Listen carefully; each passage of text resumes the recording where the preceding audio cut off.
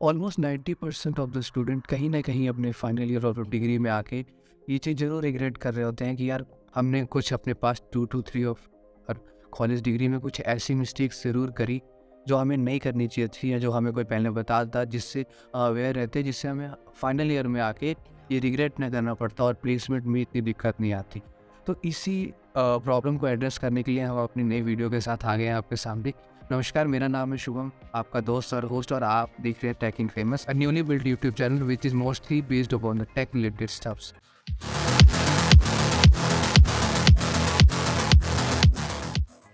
सो यार चलिए अपने वीडियो को शुरू करते हैं, और ईयर बाय ईयर हम लोग डिस्कस करने वाले हैं कि हर ईयर में हमें ऐसी कौन कौन सी चीज़ों पे फोकस करना चाहिए जिससे फाइनल ईयर में आके हमें ये रिग्रेट ना हो कि काश हमने ये चीज़ें करी होती तो फाइनल ईयर में हमें इश्यूज़ का सामना नहीं करना पड़ता। और अगर आपको ये जानना है कि फाइनल ईयर में हमें क्या क्या चीज़ें करनी चाहिए, तो उसके लिए हमने एक सेपरेट वीडियो बना रखी है 4th year of your college degree के लिए। तो वो आप डिस्क्रिप्शन बॉक्स में आप देख लो या फिर आई बटन पे देख लेना, आपको उसका लिंक आपको मिल जाएगा। तो चलिए यार शुरू करते हैं हम अपनी वीडियो को बिना कोई देरी करें। तो ये राइट फ्रॉम फर्स्ट ईयर, हम पहले फर्स्ट ईयर से शुरू करते हैं। और मैं हमेशा अपने स्टूडेंट्स को कहता हूँ या अपने जो भी व्यूअर्स हैं उनको कहता हूँ कि फर्स्ट ईयर में एज ए स्टूडेंट हमें ज़्यादा लोड नहीं लेना चाहिए। मुझे प्लेंटी ऑफ मैसेजेस आते हैं जिसमें से 60 to 70% मैसेजेस जो होते हैं वो फर्स्ट ईयर स्टूडेंट्स के ही होते हैं, और उनका यही क्वेश्चन होता है कि भैया मेरे को 4 साल बाद बढ़िया प्लेसमेंट लेनी है, मैं अभी से डेटा स्ट्रक्चर कर रहा हूँ, मैंने 10 लैंग्वेजेस पाइथन जावा सब कुछ कर लिया है, सब कुछ ऊपर से देख लिया है, टेक स्टैक भी कर रहा हूँ, प्रोजेक्ट भी बना रहा हूँ, ब्ला ब्ला ब्ला।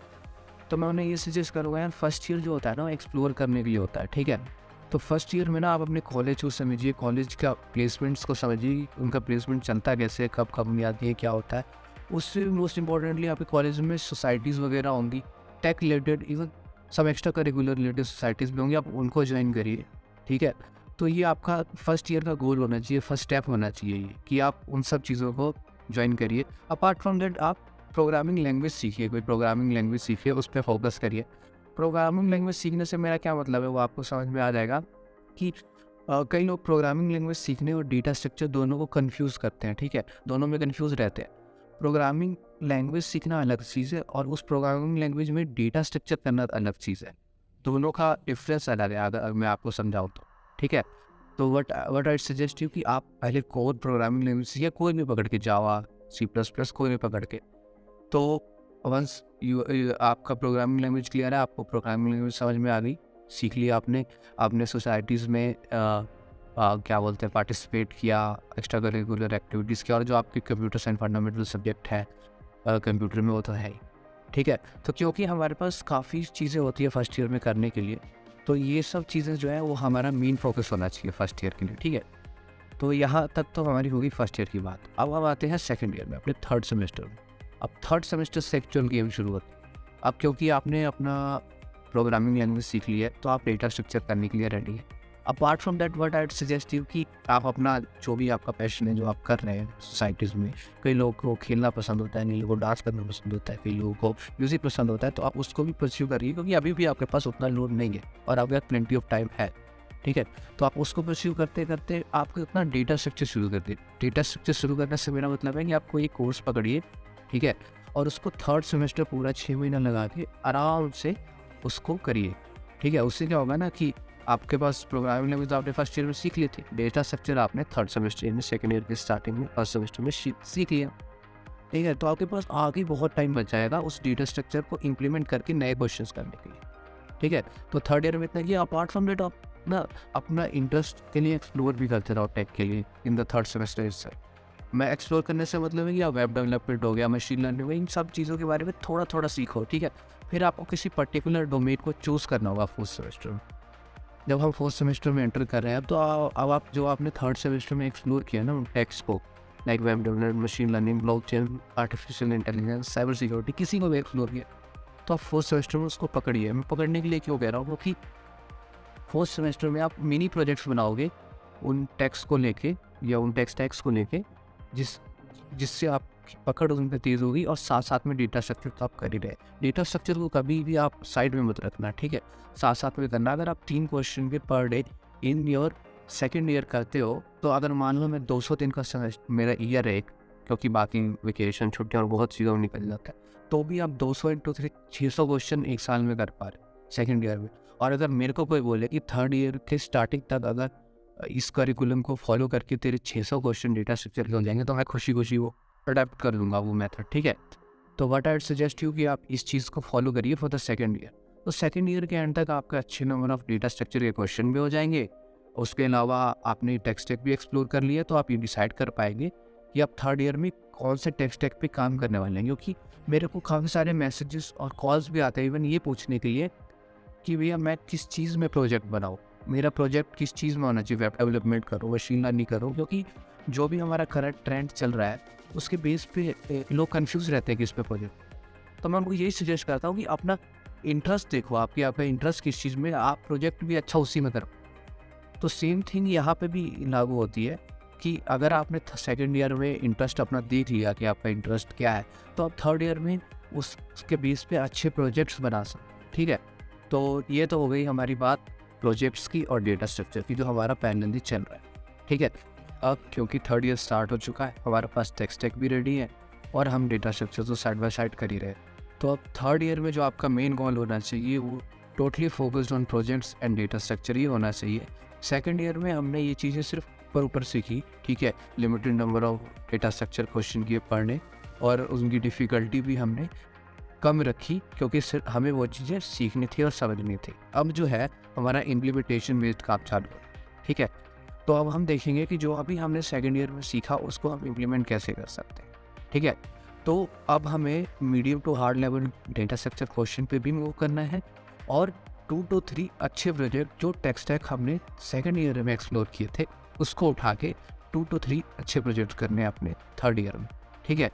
तो अब क्वेश्चन आता है कि ये अप्रोच हम कैसे करें, मतलब अप्रोच हमारा क्या रहने वाला है डेटा स्ट्रक्चर को लेके और अपने प्रोजेक्ट्स को लेके।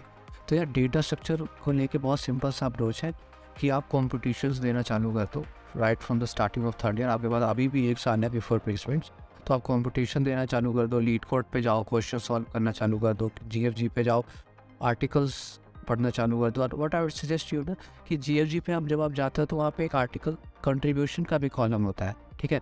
तो आप पर्टिकुलर टॉपिक्स के बारे में पढ़ो और उसके लिए कुछ अपने हिसाब से कुछ नया आर्टिकल उनको कंट्रीब्यूट भी करो, जिससे क्या होगा ना वो कॉन्सेप्ट आपके दिमाग में भी अच्छे से बैठ जाएगा, ठीक है। तो डेटा स्ट्रक्चर का तो यही सिंपल सा अप्रोच है कि आप ज़्यादा से ज़्यादा क्वेश्चन और अच्छे क्वेश्चन करो। हमें क्वांटिटी से कुछ लेना देना नहीं, क्वालिटी अच्छी होनी चाहिए, ठीक है। तो आप ज़्यादा से ज़्यादा अच्छे क्वेश्चन करो, ठीक है। और कॉम्पिटिशन्स तो डिफरेंट कोडिंग प्लेटफॉर्म्स पे जाकर डेली बेसिस पे 4 5 6 क्वेश्चन जो जितने भी आपको अच्छे हो पाते हैं, जितने आपसे उतने क्वेश्चन आप करो, ठीक है। तो इससे क्या होगा, साइड बाय साइड आपका डेटा स्ट्रक्चर स्ट्रॉन्ग होता जाएगा और आप फोर्थ ईयर तक coding round and interview round के लिए as far as data structure is concern आप रेडी हो गए, ठीक है।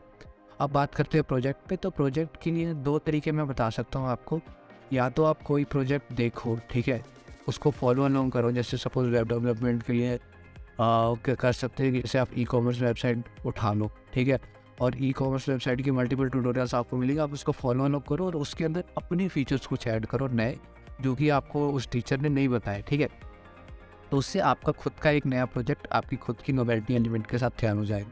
सेकंड थिंग कि अगर आपको ऐसा नहीं करना तो आप स्क्रैच से कोई प्रोजेक्ट तैयार करो। जो नॉलेज आपने सेकंड ईयर में गैदर करी है उसको इकट्ठा करके आप उसको थर्ड ईयर में इम्प्लीमेंट करो और 2 से 3 प्रोजेक्ट स्क्रैच से तैयार करो। दोनों ही केसेस में आपका जो प्रोजेक्ट होगा वो कंसिडरेबल होना चाहिए और कोई रियल लाइफ इशू को सॉल्व करना चाहिए जिसके बेस पे आप अपने इंटरव्यू में डिस्कशन कर पाए, ठीक है। तो ये आपका डेटा स्ट्रक्चर का हो गया और ये आपके प्रोजेक्ट्स के हो गए। तो यार यही था मेन फोकस जो मेरे आज के डिस्कशन का था, जो मैं आपको बताना चाहता था कि इसी बेस पे आपका जो जैसे जैसे मैंने आपको बताया आपका 3 साल जो है वो इसी तरह से चलना चाहिए, ठीक है। एक चीज़ जो मैंने मिस की वो वर्जन कंट्रोल सिस्टम के बारे में थी। वो मेनली टेक में कवर हो जाता, पर फिर भी मैं आपको अलग से ये बताना चाह रहा हूँ कि बहुत स्टूडेंट्स क्या करते हैं ना कि गिटहब के बारे में पढ़ना भूल जाते हैं या इनको देखते नहीं है। ये फाइनल ईयर में फिर उनको जाके काफ़ी कन्फ्यूजन होती है इन सब चीज़ों में जब इनसे ये चीज़ें पूछी जाती है। तो आप ये चीज़ भी इंक्लूड कर लीजिए, ठीक है, कि अगर आप कोई टेक एक्सप्लोर कर रहे हो, ठीक है, तो ये वर्जन कंट्रोल सिस्टम के बारे में भी आप लोग को सीख लेना चाहिए, ठीक है। तो यही था यार हमारा सारा डिस्कशन आज का, और ये चीज़ें आपको फॉलो करनी चाहिए, ठीक है। जो चीज़ मैंने भी फॉलो करी थी जिस वजह से मुझे काफ़ी बेनिफिट हुआ, और आई होप आपको भी बेनिफिट हो, ठीक है। तो सारे फ्रेशर को मैं यही कहना चाहूँगा कि आप जो भी हमने इस वीडियो में डिस्कस किया उन चीज़ों को अपने कॉलेज लाइफ में इम्प्लीमेंट करो, और आप फ़र्क देखोगे जब आप फाइनल ईयर में होगे। और जो भी फाइनल ईयर के स्टूडेंट्स हैं उनके लिए हमने जो अलग से वीडियो बना रखी है, आप उसको चेक कर सकते हैं, जाके देख सकते हैं। उसमें फाइनल ईयर में हमें क्या क्या करना चाहिए मैंने वो सारी चीज़ें बताई है। तो चलो यार, वीडियो काफ़ी लंबी हो रही है, हमें डिस्कशन को ख़त्म करना पड़ेगा। तो मिलते हैं आपसे नई वीडियो में, नई डिस्कशन के साथ, नए टॉपिक के साथ, जो आपकी लाइफ में वैल्यू ऐड कर सके और हमें भी उसे बनाने में मज़ा आए, डिलीवर करने में मज़ा आए। तो चलिए मिलते हैं नए वीडियो में, तब तक के लिए bye bye, have a nice day.